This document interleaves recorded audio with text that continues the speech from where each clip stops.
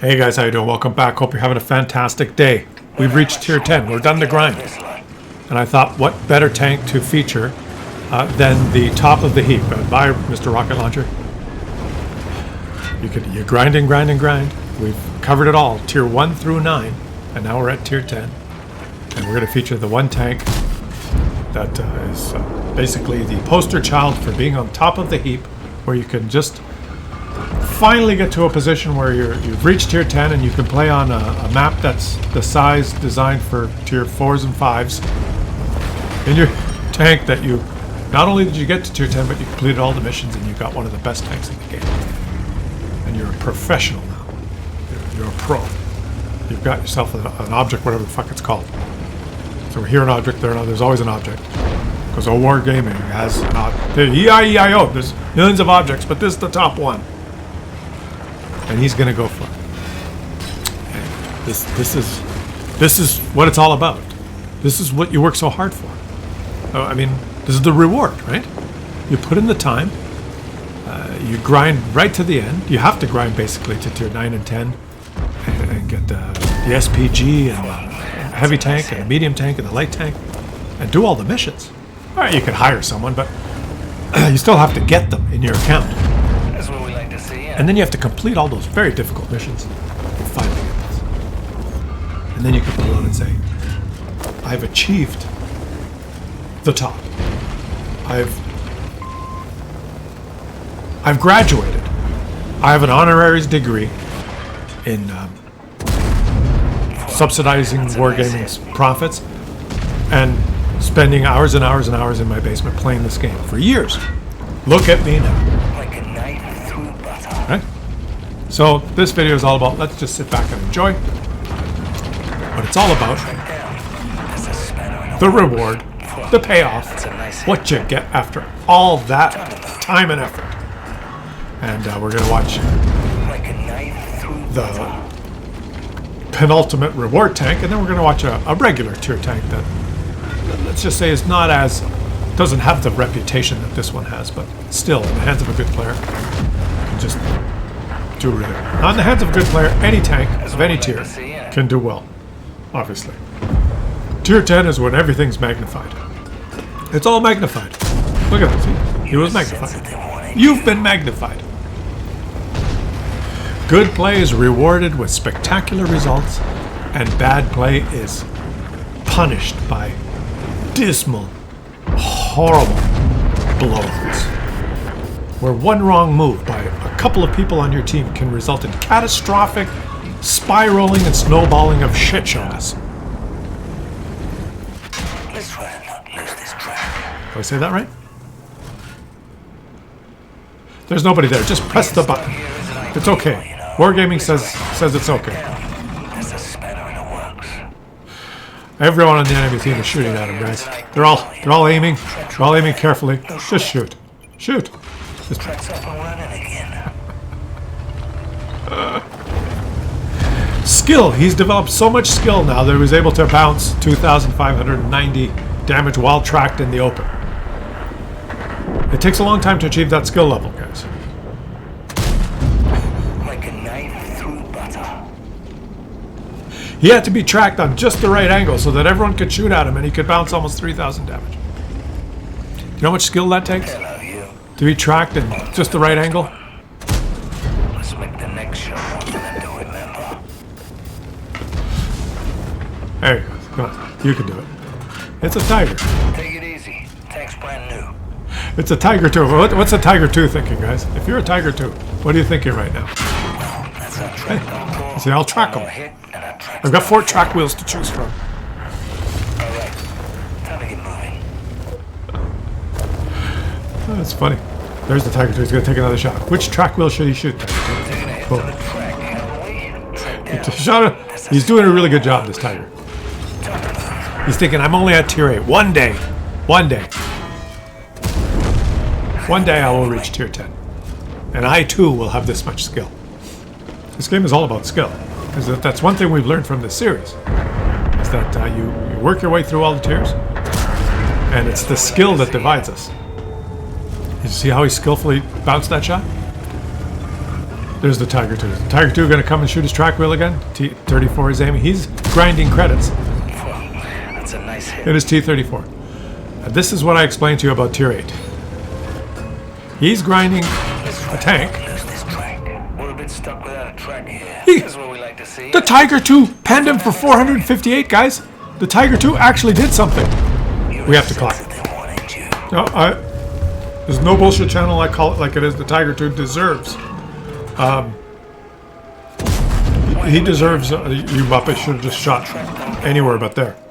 The Tiger 2 deserves our clap because he shot an object 26 whatever the hell E, and this guy does not know. There you go. And actually penned him.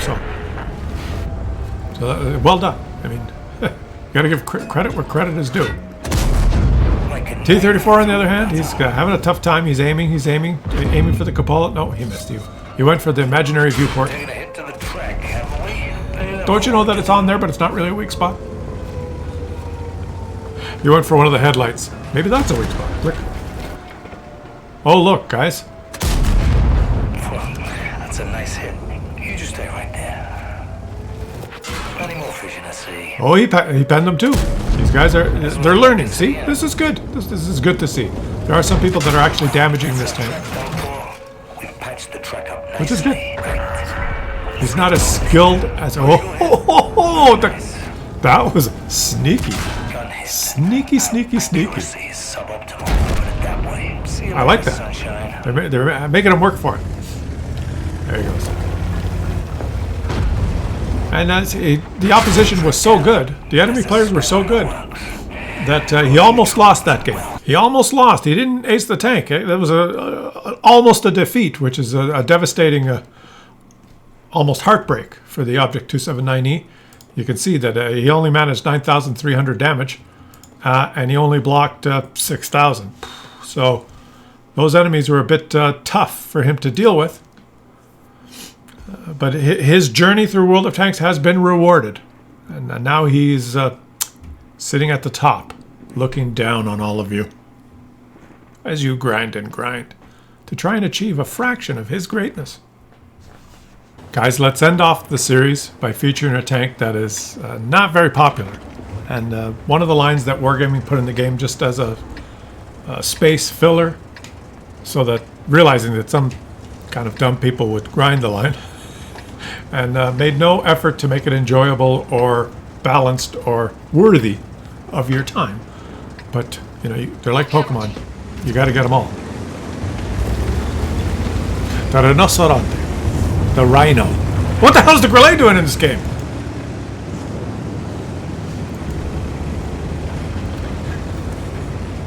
Rounding off the series with a regular schmo playing a underwhelming tank. Let's call it underwhelming, all right? Let's not call it shitty. It's just underwhelming. Very difficult to do well in this tank, and he's going to have a great game. This is when compared, we watched the Object, whatever the fuck, and now we're watching this. We're contrasting two extremes. The one extreme and the other extreme. The good extreme and the caca extreme. This is the poopy extreme. This tank is poopy compared to the Object 279E. Object 279E, overpowered, good, right? Dominating. This one, poopy. But he's undaunted and undeterred, going straight to the choke point. Right? Here he goes. And he's lucky because, dun, dun, dun, he has a Grillet right back there, ready to shoot and support him. And when that Grillet hits someone on the enemy team, they're going to think, what the fuck is the Grillet doing there? So here he goes. Oh, geez. He missed. So what does he do? He's already scared. He hasn't fired his gun yet, but he knows, I'm not in a very good tank. My tank is a little underwhelming. I'm scared now. It's time for me to reverse. And here he goes. He's reversed. And he's aimed. And he's spotted. And he missed. And he's been hit. And he's thinking, why am I playing my Rhinoceronte? I missed and I've been hit. Why didn't the Grillet on my team shoot that guy when he poked around the corner? Well, I backed up and I got hit, so why don't I move forward and see if I can get hit again? That's his plan. And that's exactly what he's going to do. He's found a badger. Oh, it's a badger. The badger. Oh. Their team has a badger. His team has a grillet. What could go wrong? The badger doesn't realize that this guy can shoot multiple times. He's shot twice already. And now he gets to reload. For about a minute. Did you guys have fun working from tier 1 all the way to tier 10? Did you guys leave some comments in the comment section. Put a lot of work into this series, guys. Put my heart and soul into it. If you've been watching and enjoying yourself, but you have not yet subscribed to the channel, please do it. Help the channel grow. I appreciate it. It's probably about 2/3 of the people that watch are subscribed, and 1/3 watch continuously and faithfully, but they're not subscribed for whatever reason. Everyone has different reasons. Maybe you've forgotten. I'd appreciate it if you just do this, click and subscribe. It helps the channel keep growing. It fools YouTube into thinking that I'm popular. No, seriously, I just would appreciate your support. Shout out to all of you for watching. I've enjoyed making this series, and we're at tier 10. Why not have a little fun with the commentary, just trying to figure out what the hell this guy's doing. I know what he's doing. He's thinking, why did I waste my time grinding the restaurante? He's taking it out because he's playing the game. It's in his garage. He was sorting through the tanks, and he said, I haven't played this one lately, and Wargaming gave me this weird skin. Let me put it on. Oh, it looks pretty interesting. Maybe I should try it again. I hated it when I got it.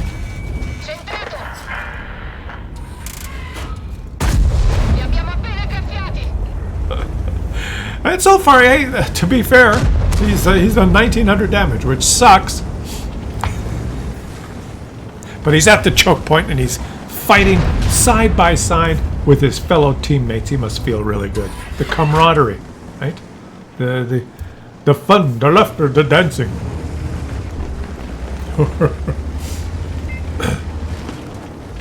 The camaraderie.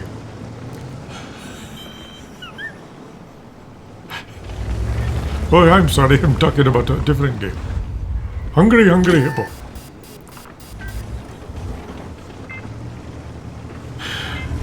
When I went to university, there was someone in my second year physics class. It was general physics. We had an amazing prof that taught us about Einstein's theories. There was only like 8 or 9 of us. By fourth year, I think there were 3 of us, because nobody wanted to take physics. Everyone wanted to take English studies, or whatever. They all wanted to be journalists, whatever the fuck they wanted to be. So there was 8 of us, and it was all the weirdos. Now, there was me. I was the only normal, good-looking, kind of hot guy that the chicks liked, and then there was all these physics geeks.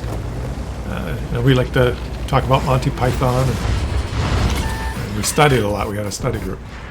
And one of the guys, I kid you not, guys, this is true, cast of characters, I still remember all of them. I haven't kept in touch, though, but still remember them all.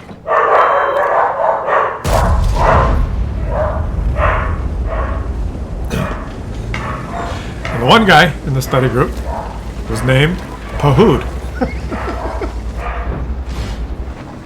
And he was from India.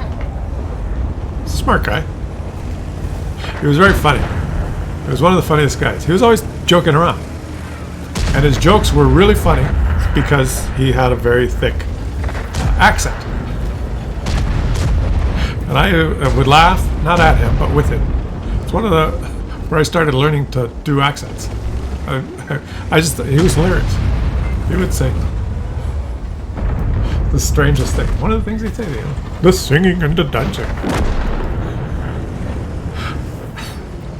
Let's go. We got this assignment. We got 8 questions. Let's do 1 question each. We'll meet at the study group in the meeting place. Oh, it'll be fun. There'll be singing and dancing. And that was hilarious.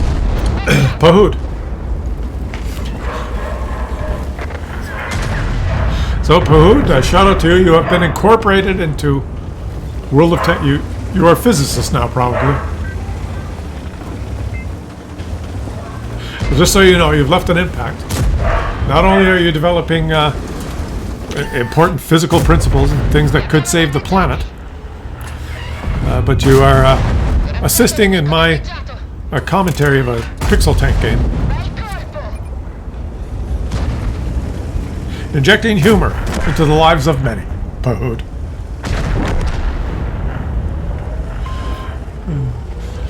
And Pahood, there was another guy. Big tall guy with red hair. What was his name? Andy. He's the guy, he went through the whole physics program, but he did not end up being a physicist or getting a job with a company that was looking for a physicist. He ended up working at a car dealership, I think. Because when we were in school, we were working on our resumes on the university computers. We were typing our resumes in the days where you had to type them in and mail them. So typing them in, and we all had our own directories, and we'd store our stuff. And poor Andy had a very poor choice of password, which we figured out. Logged in.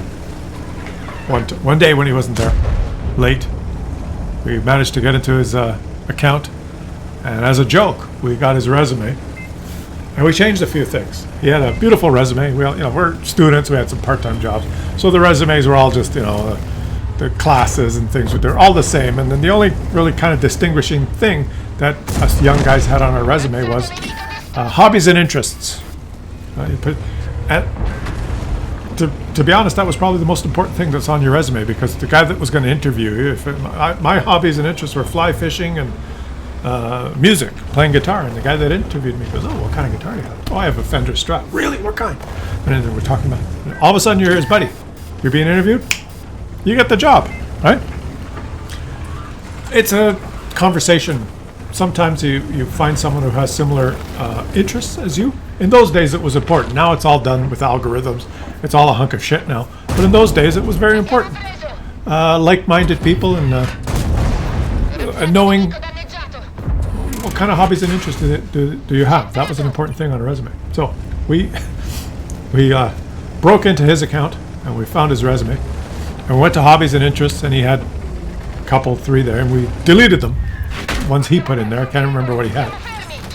But we deleted them, and we had hobbies and interests, and we wrote bargain shopping and jousting.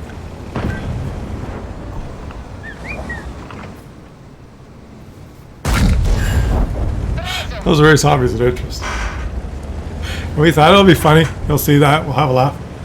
Then we went home. And then by the next day, I think we kind of forgot that we did that. And it just went away, and we didn't, we forgot. 3 months later, when we all had jobs lined up, poor Andy was like, I haven't even got an interview yet. What's wrong? Everyone's hiring. Should be easy to get a job. Poor Andy.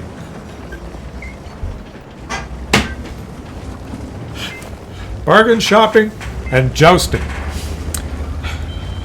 Which, now that I think of it, Andy, if you're there, I hope you had a great career working at Tim Hortons or wherever you work. I think he owns a car dealership now. I think he does pretty good. I think he works for that guy. If any Palladini is a pal of mine, I think he works there. But I'm thinking about it, and if I was an employer, if I was looking at resumes and wanted to hire someone and just judge their character by what they wrote under hobbies and interests, I would be reading this in a bargain shopping and jousting. I would think, I gotta meet this guy. This guy has balls. I mean, either it's true and he likes bargain shopping and jousting and he's honest and he's letting me know, or he's just put that in there to make, to put a smile on my face. I like this guy. We need to hire this guy.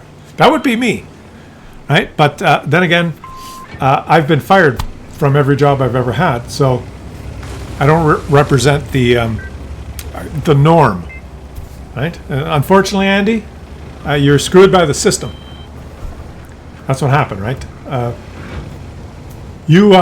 We tried to help you out, all in good fun, and what happened was you were let down by the capitalist system, by the uptight tightwads that have progressed and become in charge of company, moved to positions of authority, are all assholes, and they didn't get the joke.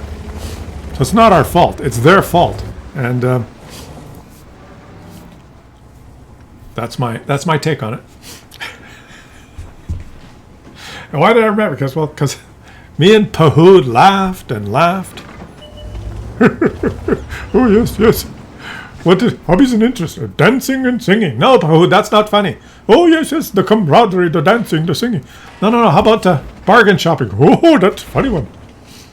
And jousting. What is jousting? That's when you get on a horse with the long lance. Oh, that is very silly. That does not make sense. There is no baby in this bag. There is no baby in the bag. And so ends our journey, guys.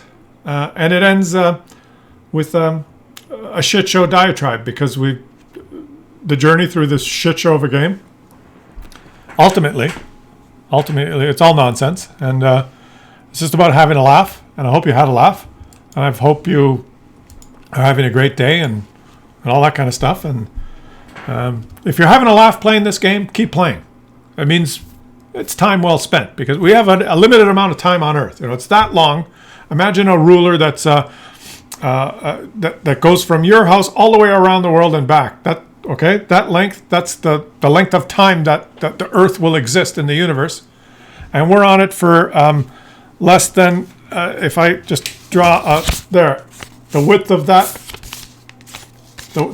that line, that's how long we're on the Earth for. And then you're on the Earth, you're humans, you're on the Earth a fraction of that width. So if you can have a laugh while you're here, good on you. Don't worry about the rest of the line. You have no control over what's going to happen 2 billion years from now. None of us will be here. Our species will be gone. The Earth will not be what it is today. It may not even be blue, right? It may be brown. It'll be completely different. Where the mountains are will be gone. Where the oceans are will be changed. The continents will move. This will be subducted. That will be volcanized. The atmosphere will blow away and then be regenerated by different plants that spew out different amounts of carbon and suck up different amounts of oxygen, or vice versa. Probably got that wrong. There's nothing you can do about it. So the conclusion, all right, the takeaway is, if you have fun playing your rinoceronte, go for it. No, it's no big deal. And if you don't, go try something else. And Andy, if you're watching, it was good being in physics class with you, and I hope your career as a car salesman was enjoyable. At the end of the day, what's the difference? Physicist, car salesman. What's a big deal, right? You probably got a lot of good special financing, and you got to drive a lot of sports cars that I didn't. Look at it that way. I'll catch you guys on the next one.